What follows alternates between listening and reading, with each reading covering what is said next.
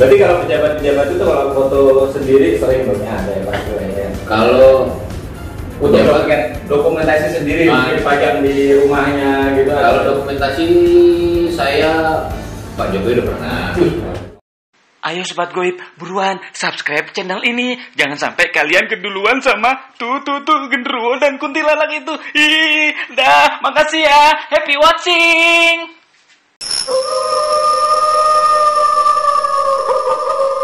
Nah, ini Om Rudi sama Om Agung ya. Gimana? Pengalaman paling berkesan Om Rudi sama Om Agung selama umur memfotografi, kegiatan fotografi serius nih, apa yang paling berkesan dari Om Agung dulu? Oke, Om Agung. Om Agung beralasan. Dari pengalaman paling berkesan buat saya adalah doa saya beberapa tahun yang lalu dikabul. Saya bisa motret ke Paris. Oh gitu. Dan bisa motret ke Paris dan saya bisa ngeliat Eiffel dengan mata kepala saya sendiri. Oh gitu. Itu sangat paling berkesan banget itu di 2018. Nah, itu diajak sama itu ya? Iya, ada saya itu. Oke. Itu yang paling berkesan buat saya. Fotografernya ada berapa orang? Hanya saya sendiri. Mantap. Fotografer hanya saya sendiri. Sip. Asia Para Games itu kan adalah ajang olahraga untuk para disabilitas. Ya kan? Mereka yang cacat fisik aja itu semangatnya luar biasa tuh ini bisa. Spiritnya tuh lebih dari. Iya, spiritnya tuh lebih dari kita yang normal gitu. Bayangkan ya, Pak Haji. Di dalam perjuangan renang, dia itu nggak punya tangan, hanya punya satu kaki. Bisa berenang. Iya. Dan itu nggak tahu mereka sistem pendidikannya seperti apa, karena yang lainnya sudah selesai, dia masih 2 putaran lagi. Dan itu masih ditunggu. Benar-benar semangatnya luar biasa, Iya. luar biasa sekali. Biasanya kalau kita udah lah ya. selesai gitu kan.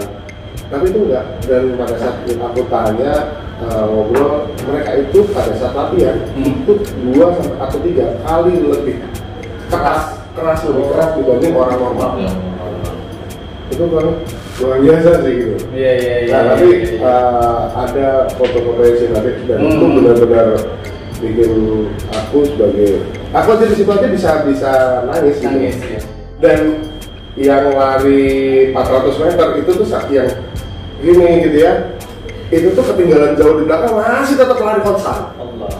Konstan dia, nggak berkurang, terus ya begini. Itu luar biasa aku tuh. Dan Allah Akbar sih. Iya.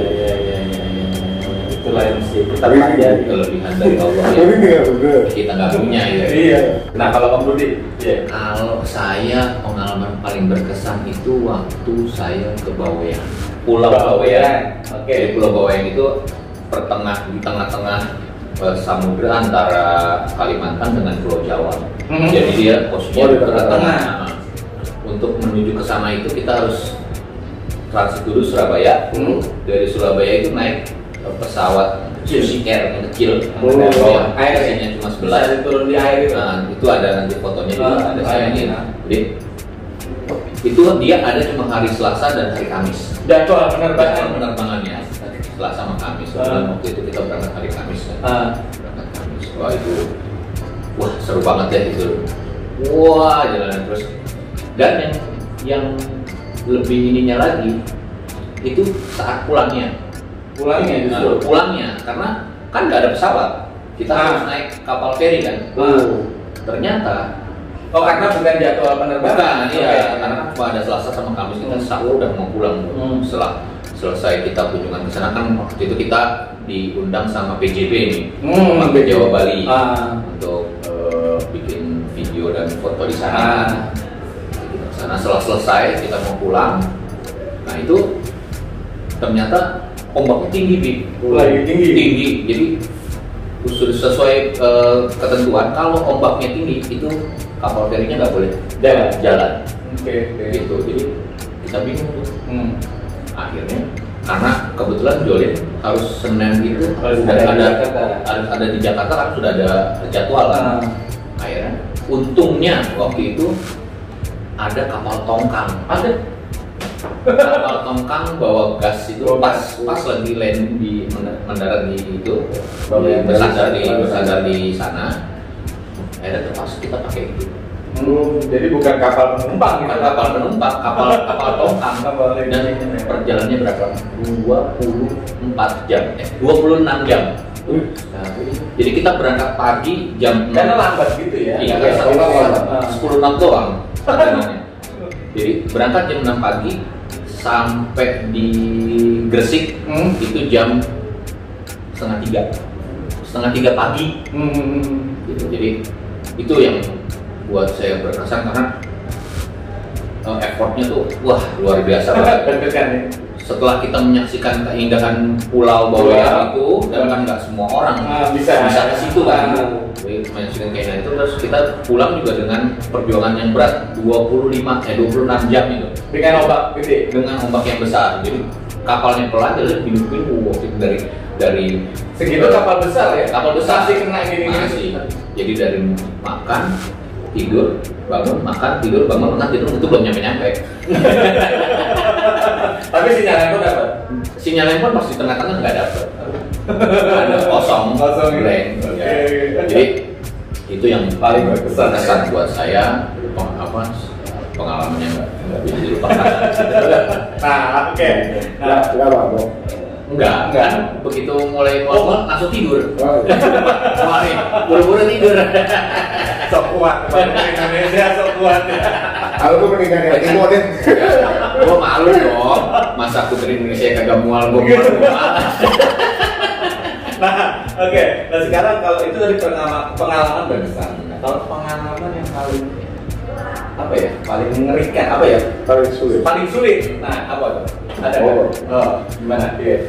Kalau saya pengalaman paling sulit sampai saat ini sih belum ada ya. Tapi kalau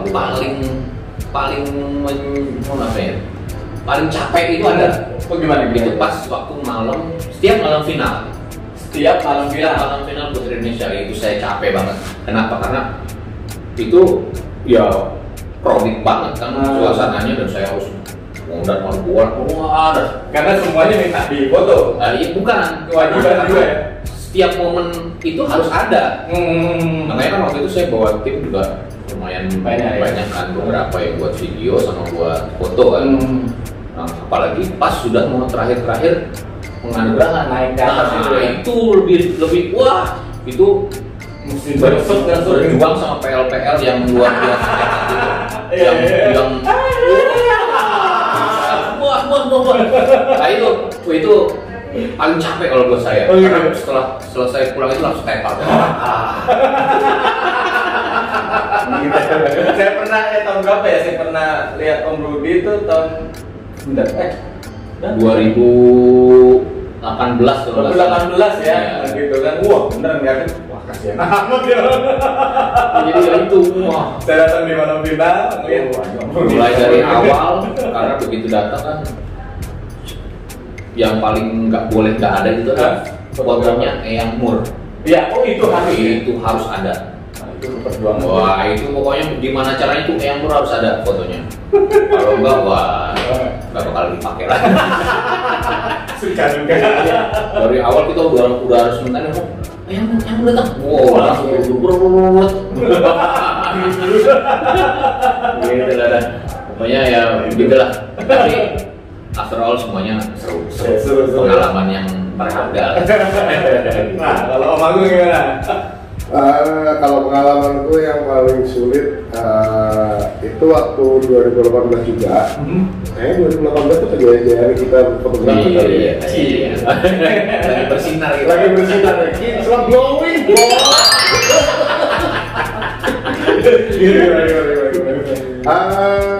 2018 itu waktu aku ke Dubai dan Riyadh sih sebenarnya. Jadi waktu tapi tepatnya di Riyadh sih. Jadi kita mau foto itu di Red Sand namanya. Red Sand. Red Sand. Merah. Gurun pasir merah. Pasir. Gurun pasir merah di sana. Itu terkenal di Riyadh. Gitu. Jadi yang punya Red Sand sangat baik, yang bagus ya itu di Riyadh. Nah itu berawal dari kita kan kebetulan sama pihak KBRI, drivernya juga orang dari KBRI. Kita mau pemotretan buat apa namanya iklan sandal ya waktu itu. Lokal, apa sana? Lokal. Okay. Cuman lokasi pemotretan minta di Riyadh. Karena memang temanya akan menghadapi Puasa dan Lebaran. Oke. Lalu kita nyasar. Benar-benar nyasar. Karena apa? Kita harus komunikasi tentang relokasi. Ternyata begitu relokasi bukan itu lokasi yang kita tuju. Dan lokasi yang dituju adalah arah yang berlawanan. Kita nyasarnya 40 km. Itu sih sekalian jalan-jalan bukan. Nah itu maksudnya tantangannya itu dikasih waktu gitu. Nah tantangannya itu gini, kita sampai di lokasi itu sudah matahari hampir hilang. Nah, karena kan ngejar-ngejar matahari dan sampai hilang. Ya, karena kita untuk memotret outdoor itu sangat bergantung dengan cahaya matahari. Terbenam miring gitu loh. Iya. Jadi saya waktu itu udah set waktunya. Kita paling tidak tiba di lokasi itu jam 3:30 atau jam 3 sore. Kalau situ matahari lagi bagus-bagusnya. Lagi bagus. Gitu kan. Ternyata kita tiba itu hampir jam 5. Jam 5 sore. Iya. Dan kita waktu maksimal yang kita punya hanya 30 menit. Sebelum matahari itu benar-benar turun ya. Iya, gitu. Pada saat ya mau saya gimana caranya harus memaksimalkan agar dapat hasil yang maksimal. Karena kita nggak bisa atur range waktu berikutnya gitu. Karena fotonya di situ juga tetap ya. akhir lokasi tetap di situ. Tapi ya banyak triki sih yang kita lakukan gitu. Berbagai cahaya, banyak sekali triki. Lalu klien puas. Alhamdulillah. Karena nggak bisa dimundur besoknya gitu. Iya. Karena kebetulan klien lusanya harus sudah tapi dia masuk pergi lagi ke Cina. Gitu berkesan sekali. Kayak muter otak banget itu gitu gimana caranya ya gitu kan. Matahari. Kita nggak bisa mengontrol satuan ya. Untuk otak lu jadi putar lagi ya. Nah itu dia kalau terbalik loh. Nah, Sobat Goib, sebelum kita mulai lagi, jangan lupa yang belum klik subscribe ya di-subscribe. Nah, gimana? Ada kayak tadi ada bisik-bisik orang sih. Gini om, saya yang bertanya tuh, saya penasaran nih kan, nih di masa pandemi begini nih kan, sebenarnya kan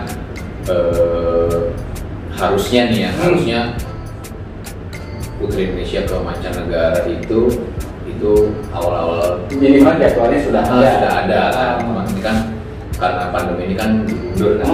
Yang saya mau tanya nih, kasnya nih dari rumah, bisa, jihad. Nah itu mana nih yang kasnya paling bagus nih? Ya ini buat ini aja lah.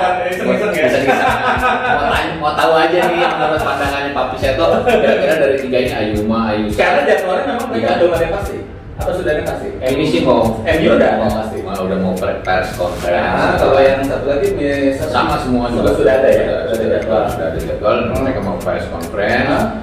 Nah, saya pengen itu berarti ada juga situ. Ya nanti pas press conference nanti saya pengen tahu nih. Tahu lah. Kira-kira kasnya yang mana nih? Kan tahu nggak? Kira-kira nih jagoan saya. Masuknya nih nominasi gitu. Paling nggak apa runner up atau malah mungkin bisa jadi juara gitu kan? Gitu. Begini sih om. Sebenarnya sih agak sensitif ya jawab pertanyaan seperti ini ya karena ada juga yang dekat sama saya Putri Indonesia dalam artian itu ya. Jadi gini sih. Saya lihat garis besarnya. Sebenarnya aura Putri Indonesia itu sudah bagus kan.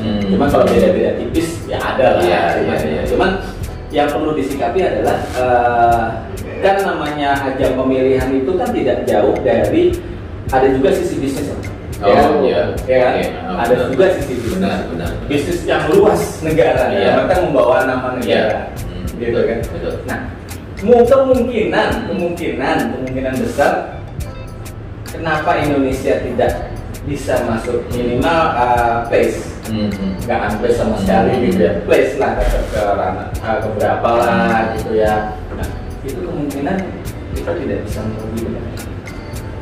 bisa melobi ke dalam sana apa namanya panitia di sana.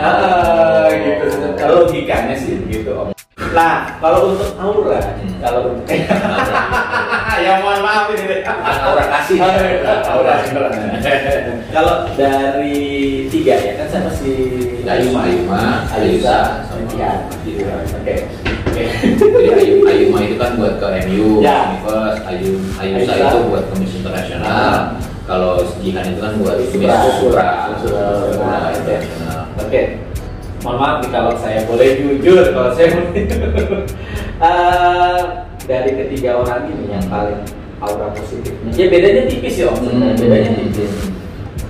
Yang paling menonjol ya maaf Jihan. Kalau saya ya bukan karena saya pernah mereview juga dan juga saya dekat sama mamanya bukan. Ya siapanya bagus yang kedua sih memang Ayuma. Ya sih saya berharap wakil-wakil dari Indonesia ini bisa membawa nama baik Indonesia ya seperti Kevin ya. Kevin. Iya. Ngiri. Biasa. Pokoknya 21 tahun ke atas gak ngerti ya.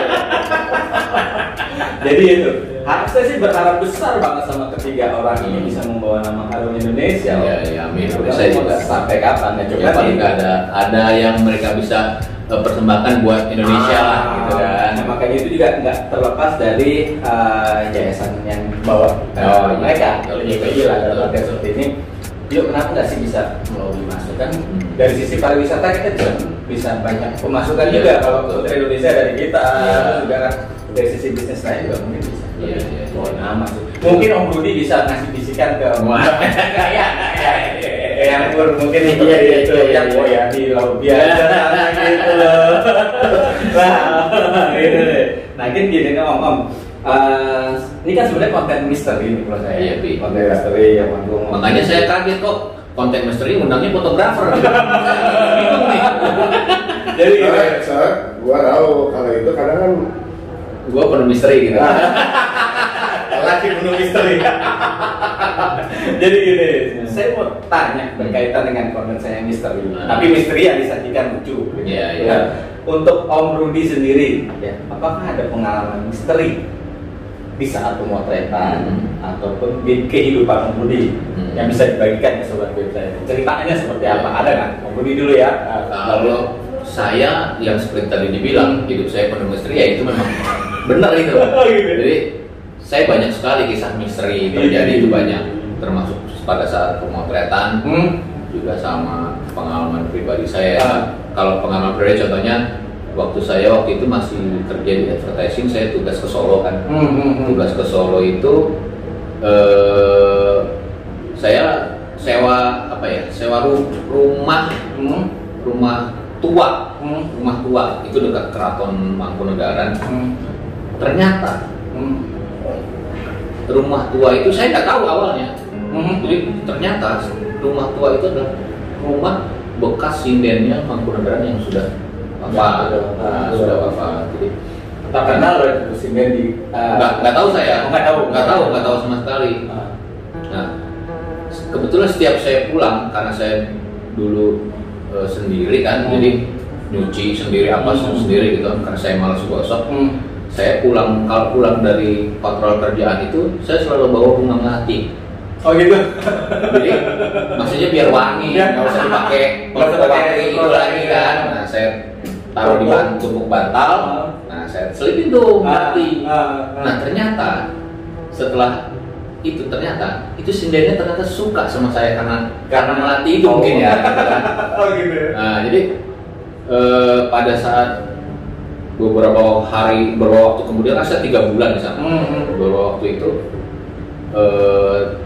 pas saya pulang dari kantor kerjaan, terus mandi rapi-rapi, saya istirahat lah ya.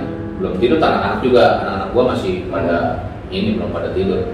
Tiba-tiba saya ditoprak sama makhluk hitam gede dari jendela. Saya lihat sendiri, maupun noprak saya kan. Waduh, udah segala macam. Anak buah pada ketakutan semua. Kenapa nih gitu kan?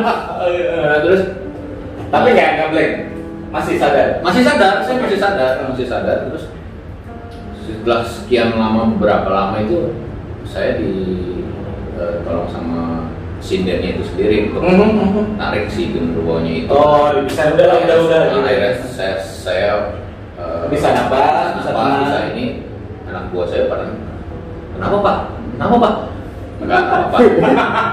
Nah besok paginya itu tiba-tiba pas saya selesai mandi belum mau berangkat, ada ya bapak-bapak yang udah tua di situ ya dituakan itu nanya ke saya tiba-tiba, semalam diapain? Begitu? Iya, padahal saya nggak cerita. Oh, oke. Loh, kok bapak tahu? Ya dia cerita lah, ya cerita yang tadi dibilang sinden itu suka sama kamu gitu kan. Terus dia punya pacar itu genderuwo itu, dan genderuwo itu marah sama saya. Cemburu ya. Nah, itu salah satu yang pengalaman pribadi. Satu, kalau untuk di fotografi, saya pernah foto di Ragunan, kebun binatang. Waktu itu saya di kandang macan. Saya foto, terus pas saya lihat di kamera begini tuh memang harimaunya lagi, pokoknya momennya bagus, lagi menatap ke saya itu, karena kelihatan langsung dari kamera ini kayak natap, wah kayak gimana gitu deh. Nah udah saya foto selesai gitu, terus saya mau lihat, pengen lihat, loh kok nggak bisa, gitu, ngeblank semua itu, layarnya semua ngeblank semua. Dan setelah itu nggak berapa lama, anak saya yang paling kecil tuh Dennis, panas tinggi. Oh saat di situ juga? Iya, saat di situ juga. Akhirnya saya pulang, malamnya langsung saya bawa ke dokter. Ya alhamdulillah beberapa hari kemudian udah sehat lagi, dan udah sembuh lagi. Kebetulan dikasih air putih juga sama almarhum bapak saya, udah didoain. Terus alhamdulillah cuma yang menjadi saya jadi bingung itu memory card semua fotonya hilang semua. Oh gitu? Iya, fotonya hilang semua, nggak ada satupun. Tapi kamera masih oke. Kamera masih oke. Habis itu saya pakai memory card yang lain, bisa. Saya pakai bisa. Nah itu dua pengalaman bisnis yang aneh ya. Gitu. Oke, nah, sekarang mau mantul gimana nih? Berarti lu termasuk sosok yang dicintai oleh semua makhluk.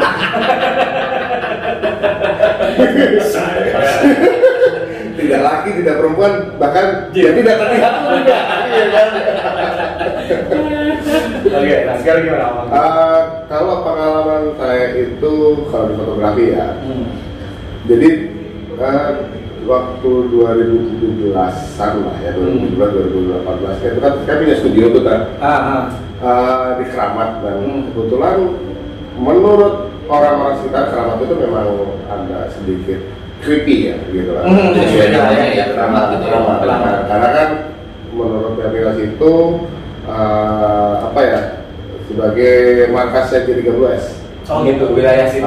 Dan kebetulan studio yang saya tempatin itu adalah ruang kerjanya DNID. Oh dulu. Oh gitu. Ya sekarang menjadi kantor polisi militer, pensiunan polisi militer. Oh sekarang. Okay. Jadi pas ruangan saya itu adalah ruangannya DNID. Ruang tidurnya DNID di situ. Lucu ya, jadi sebelum jadi pensiunan sekalian itu disewakan bebas atau? Iya, kebetulan diberdayakan. Untuk disewakan bebas. Gitu. Pada akhirnya sekarang dipakai untuk kantor itu pensiunan. Iya, betul. Nah, karena memang bangunan lama kali ya Pak Adi. Jadi pada saat kita ada cerita waktu itu kita mau sedang foto-foto lah, sedang foto-foto iseng gitu ya. Kita sampai lupa waktu. Jam 1 malam atau jam 2 malam saya lupa. Pokoknya lewat dari jam 12. Pas teman saya mau track, ternyata ada yang ikut ke foto. Iya. Masih ada itunya. Nah itu masalahnya. Oh, gitu. Itu foto itu tidak muncul di memory card dan tidak bisa dipindah. tapi dilihat di kamera bisa. Ada. Pada saat memory card dilepas, itu foto bisa kelihatan. Lah, masih ada di layar. Iya. Keren sobat gue. itu kejadiannya itu, dan itu pas aku lihat, ya mohon maaf ya, bentuknya tidak gitu terlihat jelas, tapi terlihat ya agak sedikit bayangan gitu ya. Dia punya mukanya. Oh gitu. Ya mungkin maksudnya udah mengingatkan, itu udah malam lu harusnya pulang gitu. Tapi bukan karena efek kamera dapat lensa yang ngeblur itu bukan ya? Enggak, jadi model yang kita foto tetap ada jelas dan itu terlihat di sampingnya. Oh, gitu loh posisinya. Dan lucu memori card dicabut masih ada. Iya. Pada saat kita lihat, kita mau delete itu nggak bisa. Kita mau delete nggak bisa, terus cabut memory card. Begitu kita colok mau di delete ke komputer, laptop nggak ada. Masih ternyalain di kamera itu ada. Keren. Itu ada, gitu loh.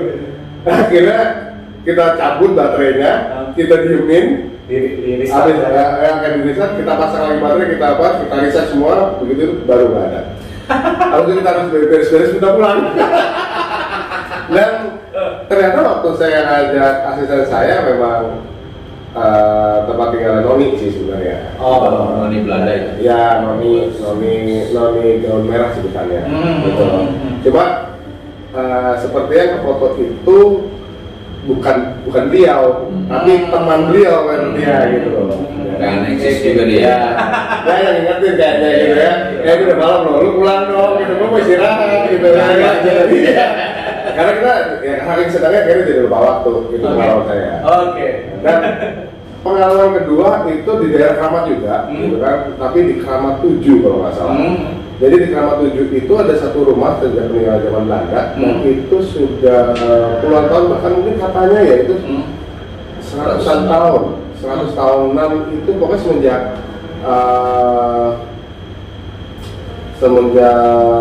apa ya? 1900-an ya, 1800-an. Iya, 1800-an ya. Itu rumah sudah tidak dihuni. Gitu. Oke. Dan itu memang spot foto yang sangat baik sih kalau buat saya. Tapi bangunannya udah rusak pasti. Bangunannya rusak wajar ya, rusak wajar, tapi secara lantai masih kokoh kayak gitu ya. Secara bangunan masih kokoh lah ya. Bangunan fisik masih kokoh, cuman kayak pintu, jendela, kayu-kayu itu pasti udah lapuk ya kan. Rumput udah pasti banyak. Enggak, rumput pasti dijaga karena di depan rumah itu ada warung. Ada warung kan. Dan itu di lantai satunya itu buat simpan barang-barang yang punya warung. Oke. Nah, jadi sepertinya sih dijaga oleh bersih lah. Cuman bangunan memang fotonya ada sih, cuma nanti saya akan cari. Nanti saya kasih. Nah, itu kita pengalaman waktu kita pemotretan itu salah satu teman saya sambet. Oh gitu. Padahal siang. Itu siang. Apa namanya kesurupan. Akhirnya mau marah apa segala macam kan gitu kan. Akhirnya ya mohon maaf kita bikin dia pingsan gitu. Dia pingsan, kita bawa, kita turun, kita akhirin sesinya, baru dia sadar. Oke, mantap juga nih. Nah, sekarang gini, nanti kalau berkenan Om Boy sama Om Agung. Oh iya, satu lagi. Apa? Sebenarnya ada pengalaman tapi di luar dari kerjaan fotografi sih sebenarnya. Di kantor sebenarnya. Di kantorku tuh ada apa ya namanya, ya maaf mungkin kalau kita mudah-mudahan sih dia nggak tersinggung ya gitu kan. Itu boleh dikatakan miskin. Saya nggak bisa sebut panjang. Jadi dia itu nggak suka dengan orang yang sombong kayak gitu ya. Nah kebetulan salah satu hobi saya dulu itu berkuar-kuar lah gitu. Dia paling berani apa segala macam gitu kan. Dan pada saat pagi-pagi dia lagi nyapu, salah satu bangku di pojokan itu diputar. Kelihatan banget gitu. Kelihatan sangat jelas gitu kan. Akhirnya dia siap-siap dia ngomong, Mas, kayaknya saya minta maaf dia kemarin. Oke. Nah, ini mungkin menarik ya. Nah, nanti entah cerita siapa yang mau berkenan. Ini biasa dengan koin bergerak. Oh iya. Nah, dengan koin bergerak nanti saya akan coba mediasi untuk bicara. Ya, dalam artian begini, saya akan meluruskan kalau misalnya karena gini, manusia kan kebanyakan tidak bisa berkomunikasi dengan jin. Nah, tapi jin bisa melihat manusia. Iya, betul. Nah, dan jadi permasalahan sering kesurupan atau diganggu atau jin itu merasa manusia itu kok terlalu masuk ke alamnya, dan menyinggung. Karena manusia kan kebanyakan tidak bisa komunikasi, sedangkan jin bisa melihat. Umpama kita jalan terus kesenggol, kan kita nggak lihat manusia, gitu kan, entah meludah atau pipis kena apa dia, kan kita tidak melihat manusia. Nah, itu yang sering terjadi kejadian ya, tadi kesurupan atau apa. Nah, itu mungkin nanti dengan koin bergerak, saya akan coba undang yang ada di kantor Om Agung, ya, oke, di kantor Om Agung, saya akan coba ajak bicara. Saya beri pemahaman, ini loh. Manusia kalau umpama ini nggak melihat kamu lihat kita, cuma kita. Jadi istilahnya kita ambil garis tengahnya supaya kalau memang dia ingin tetap berkenan di kantor, tapi tidak mengganggu. Dikasih pemahaman karena sesungguhnya makhluk gaib itu tidak bisa berpikir sesempurna manusia, Om. Ya, karena derajat bangsa jin tetap di bawah manusia. Dan pola pikir jin itu cuma 30%. Makanya kan tersinggung gitu kan, emosi aja. Kalau yang sering emosi berarti termasuk banget ya. Nah, jadi mungkin nanti kan kita undang dengan koin bergerak di konten saya selanjutnya. Oke Sobat Gaib, untuk bincang-bincang konten sesi bincang-bincang saya dengan dua fotografer nasional ini. Nasional loh. Mobil bintang tempatnya. Om Rudi Hartono dengan Om Agung Nugroho. Perasaan baru sebentar ya. Tapi kok udah mau habis aja. Oh iya. Kalau beliau bukan fotografer nasional, apa ya? Top bulu tangkis nasional. Rudi Hartono. Oke, Sobat Gaib, untuk bincang-bincang sore kali ini ya, untuk sesi konten ini saya sudahi dulu dengan Assalamualaikum warahmatullahi wabarakatuh. Salam putih. Nah, Sobat Gaib.